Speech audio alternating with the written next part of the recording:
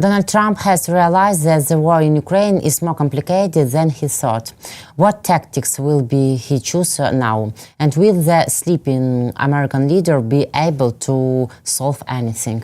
This and other topics we'll discuss right now. My name is Iryna Uzlova, and today with us is Yuri Rashkin, host of YouTube channels Rashkin Report in English, Rashkin News, and also the author of Substack, Yuri Rashkin. Yuri, hello, glad to see you. Thank you for joining us today and always. Thank you for having me. 12 years ago, Putin illegally annexed Crimea. At the time, the civilized world swallowed it and expressed only concern. How do you think has the West learned from this mistake, and is it ready to take the Kremlin head-on now?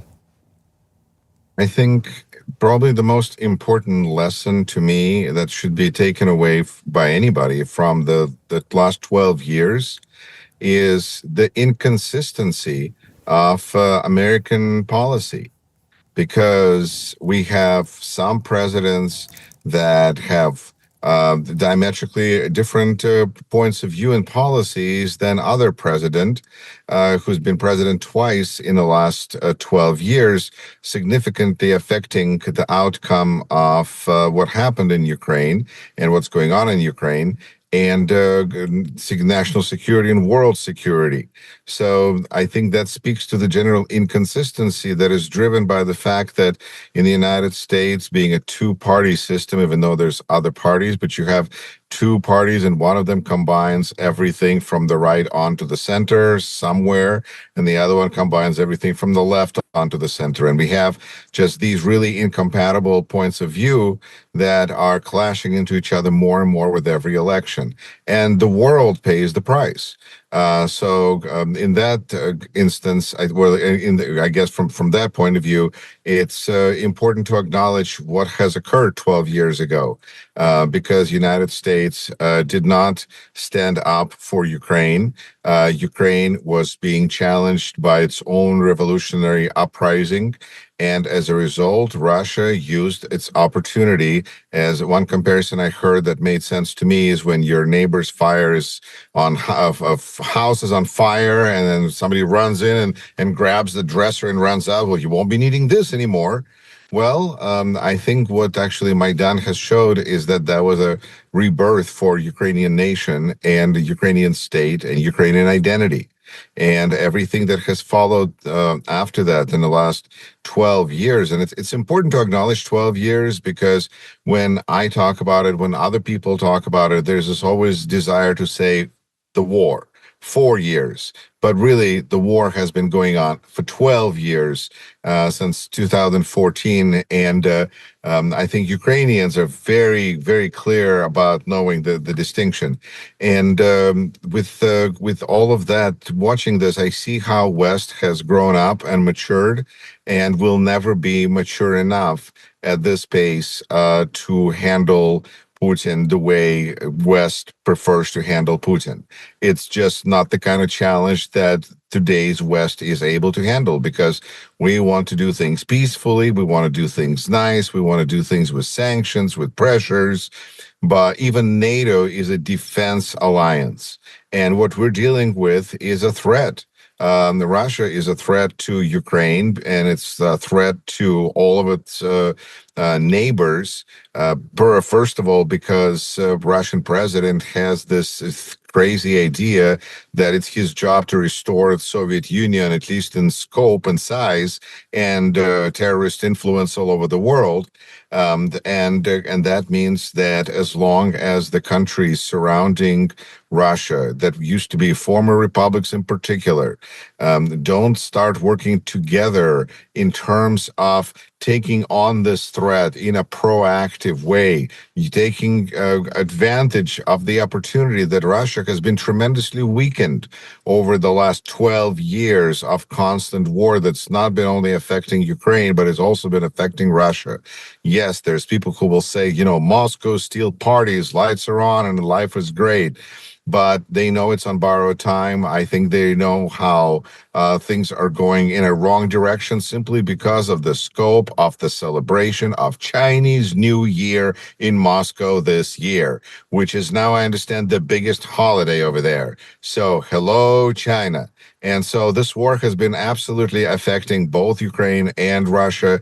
And this means that the countries, both there's responsibility, of course, first and foremost, on the people of Russia to take charge of their own situation instead of feeding themselves to Putin and just hoping that the war will end before they are destroyed. But I think there's also responsibility on other countries surrounding Russia to take a more proactive approach, knowing that whatever, or at least more actively helping Ukraine. Because I think if we learned anything from 12 years, it's that Russia doesn't act sensibly. Russia doesn't act in a way that is predictable and guidable and agreeable to. We've seen so many agreements between Russia and Ukraine destroyed and just used as a pause for fake peace, as Secretary Blinken said in the past. Everybody knows that making peace with Russia, where you still have Putin, who will not follow any peace agreement, is another, I think, lesson of the last dozen years that this war has been going on. And it should be a very good reminder that this war has been going on under Zelensky, under Poroshenko, who was the leader of Ukraine prior to Zelensky. And this war was going on under Joe Biden, but also under Donald Trump, who was president at the time when this war started. And there's responsibility, first of all, on a lot of different people, but there's also should be an understanding, if not in Kremlin, then in the rest of the world, that changing Zelensky for another leader is not going to address Russia's desires, because Russia just wants to conquer Ukraine, because whoever is going to be in charge of Ukraine, whoever Ukrainians elect their president, will stand up for Ukrainian statehood. Otherwise, what's the point of being a president of Ukraine? You just don't, otherwise you're a governor. And I think that there will be people, should there break out peace and should peace somehow occur, because Putin and Trump seem to be so hell-bent on getting rid of Zelensky through elections, if no other way is possible, then we will see that this administration will just get involved again in democratic process in other countries. But that's another conversation, and hopefully we can get to that point where this 12 years of war is going to end, and we're going to talk about politics instead of where we had first 8 years of war, and then it took to a whole new level, and now we had the new level for the last 4 years. I hope we're not going to be discussing how this takes a new escalation step, but that requires the West stepping up and supporting Ukraine stronger and stronger. I agree, Yuri, that Moscow is economically and militarily exhausted, but not completely. At the same time, as political strategist Taras Zagorodny always advises, we need to watch, for example, Trump's actions, not his words, and through his own hands, the United States extended sanctions against Russia for another year. The corresponding decree was published on the U.S. Federal Register website. I'm extending for another year the national emergency. The document states this decree extends a number of anti-Russian sanctions imposed in September 2018 for Russia's occupation of Ukrainian Crimea and in February 2022 for Moscow's recognition of the independence of the so-called DNR, LNR, as well as emergency measures imposed in 2014 due to threats to Ukraine's territorial integrity. These sanctions were set to expire on March 6, 2026. The White House also has stated that it is considering tightening sanctions against Russia. Further restrictions will depend on peace negotiations. The Kremlin accuses the U.S. of being ambivalent and has already responded to the sanctions extension. Official Moscow, represented by Putin's press secretary Dmitry Peskov, called the sanctions extension a mere automatic decision and no more. The Kremlin, they say, had no inflated expectations. What does Trump's move to extend sanctions indicate, and how do you assess the Kremlin's reaction? Because, for example, journalist Dmitry Gordon told me that Putin is actually afraid of Trump, really. I think it's very generous of you to call Dmitry Gordon a journalist. I think that when we talk about, again, Mr. Zagorodny, Pan Zagorodny, I don't want to argue with, I think it makes sense. Yes, we should pay attention to not what Trump says, but what Trump does. And but I think we also have to pay attention to a couple of different things about things he says, which is how he says it. And when people tell you who they are, it's best to pay attention. So with those two caveats in mind, for instance, the sanctions, I find it fascinating that I think only publication that reflected it is Ukrinform, so like a Ukrainian news platform that I saw this in, and then I followed and I saw the actual document, which lacks signature of president. And when it references stuff that happened with Biden, it just says president.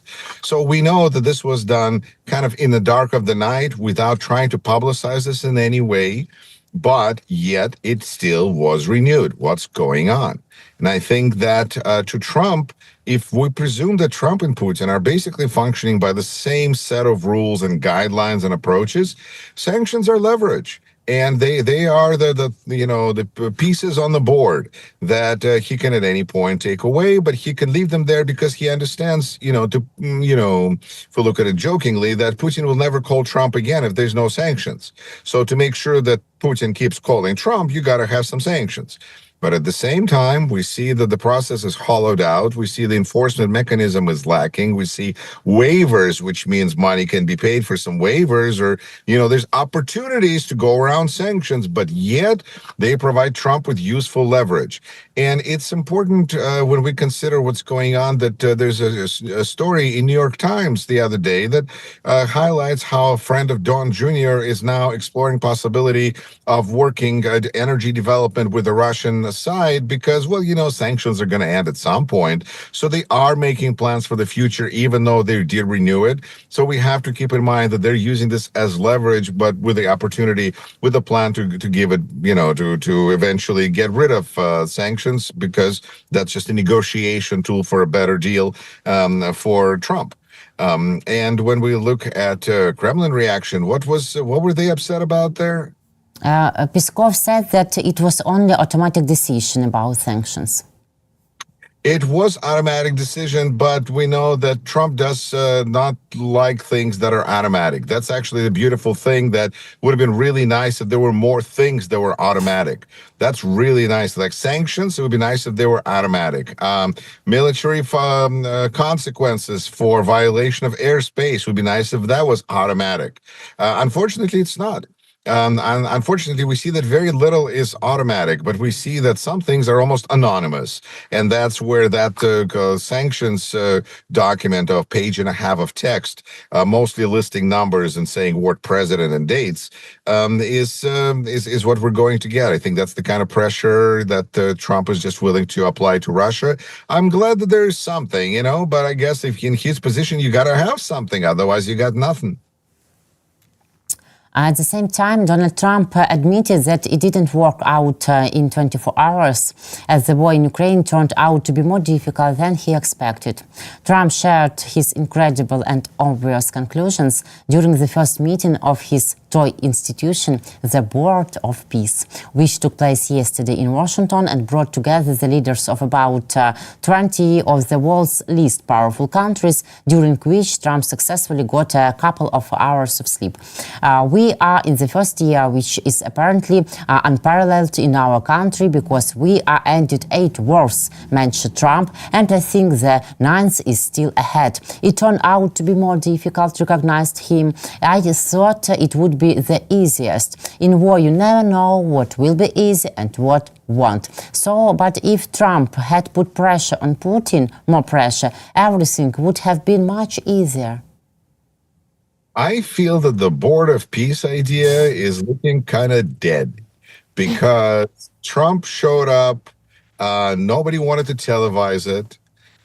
He was surrounded by, a club of dictators. And so all the shithole countries, pardon my Trumpism, that he said that all those people are sending us their people. Well, that's the countries that actually supported Trump in this venture, because no normal country will stand next to him on that stage. And it's nice that we see that there's people in this world that are willing to amuse our elderly president, who is like a nursing home for the super wealthy, and he likes to like share his points of view and see people sitting around. But it's a joke that is highlighting to what extent who are now our allies. Where is Europe? Where oh wait a minute, there's Viktor Orban, and there's and it's also very important a reminder to who are now the allies of this administration. And yes, these are more words, but again, words in this you have to take in the context.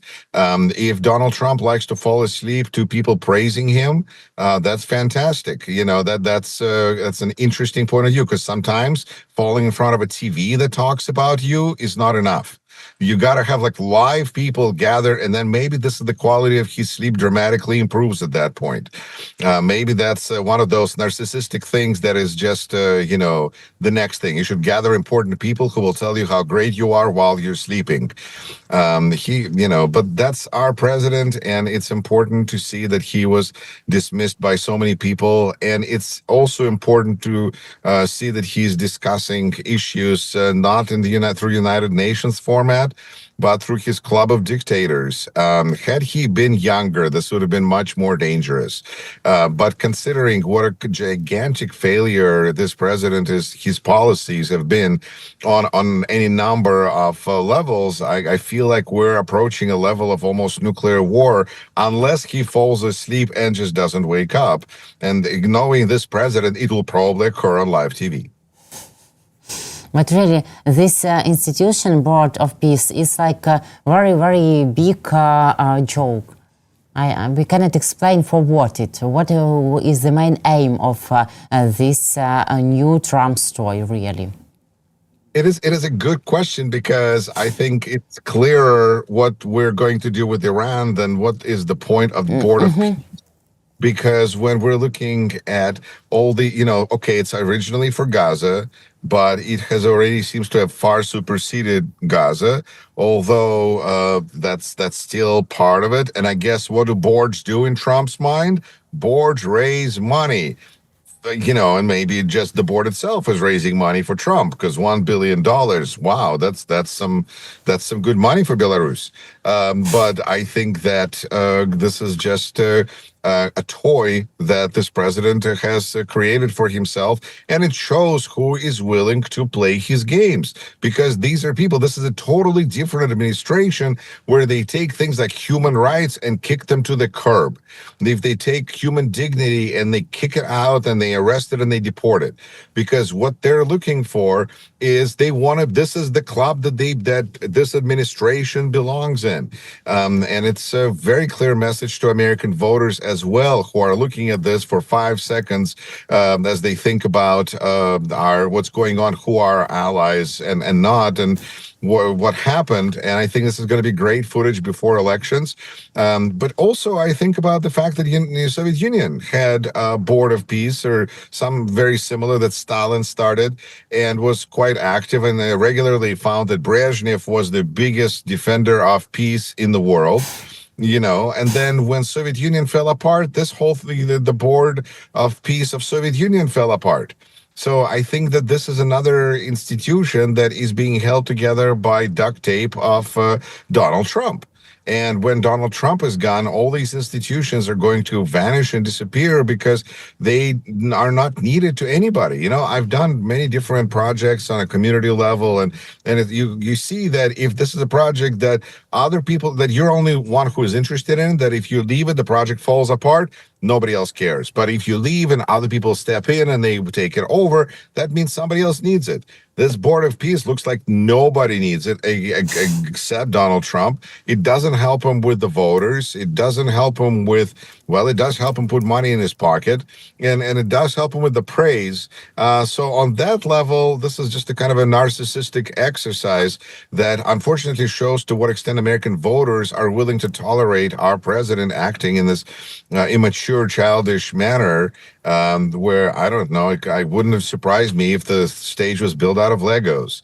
It's just kids stuff, but we were playing with real lives, and that's what's kind of worrying a lot of people because this is president of the United States with access to nuclear weapons, and he's acting like Putin, which actually kind of makes sense because they both seem to operate again by the same set of rules and guidelines. And if we accept that, it gets much easier to explain Trump's behavior because look at Putin and his weird economic gatherings where he might arrest the biggest person there if he doesn't like him, but still come on down because Putin is the big star and he'll hold this economic summit of Davos of Siberia, and wherever he wants to. That's what Trump does now. Is this going to outlive Putin? No, but Putin is even younger than Trump. This is so interesting because Barack Obama recently gave a really nice big interview speaking about how Democrats need to work together to create a majority. It was really good. And then he says, I'm old because I'm already 64, and so I'm kind of not quite in touch with people. And I'm going, and I'm not alone, thinking that Donald Trump is 15 years older now. And he still has 3 years. And Barack Obama's been retired for how many years? So it's a wild world we live in. It's the crazy states, United States of America. Crazy Trump.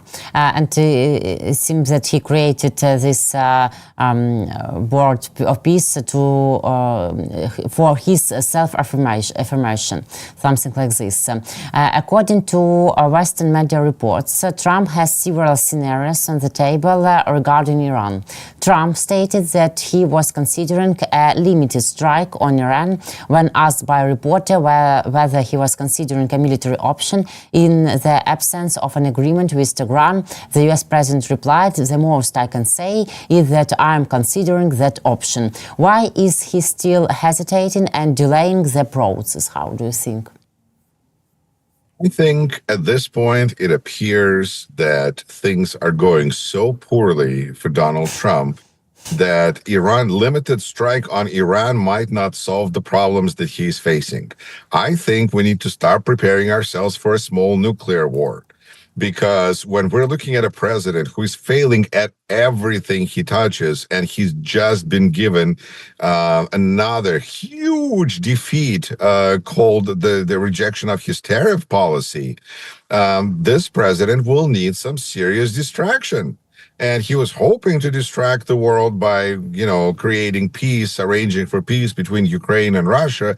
But it turns out that his understanding of his relationship with Putin versus Putin's desire for Ukraine was out of whack. Now he's got pretty, few options, and as he's losing control over economic leverage, incidentally, who is going to be now making deals with Trump when all of his tariffs are declared illegal? This just seems, another craziness here. Clearly, Iran seems like they are going to get it, because Trump needs a good, successful victory outcome, but he manages to screw up pretty much everything he touches. That's also his kind of a reputation. So I think Iran seems like they're preparing for war. I think American public is being prepared for war. Also, this is an important feature of American public. Part of us being prepared for war is kind of like asking for our consent. Because if we are really, really opposed to it, this is the public input moment. Mm-hmm. Because if people are United States citizens are upset about this situation, and we know that Trump is getting ready, yes, Trump is setting up a cliffhanger for another episode of Trump Show. But for Americans, it might not feel so breezy peasy because Trump's going to create another crisis and then he's going to fix it. Especially after the tariffs fiasco, when people are going to be demanding their money back now from Trump. This is so classic because he can't. He's going to come up with any sort of a way because that money's been spent 4 times in different direction. So again, war with Iran seems like a real attractive option right now, just considering that what else can he talk about? When Bill Gates decides against speaking at a conference because of the Epstein fallout, but our president continues to show up every day all over the place, it really messes with our heads as well. So when this president gets ready to go to war, I think there could be a lot of frustration from a lot of different people who are going to flush it out on their elected officials. And I expect phone calls to explode in number towards congressmen and senators. And those people are going to be putting pressure on Trump to think through the situation, not to make it worse. But again, Trump makes things worse. So I think we have to prepare ourselves for an attack on Iran.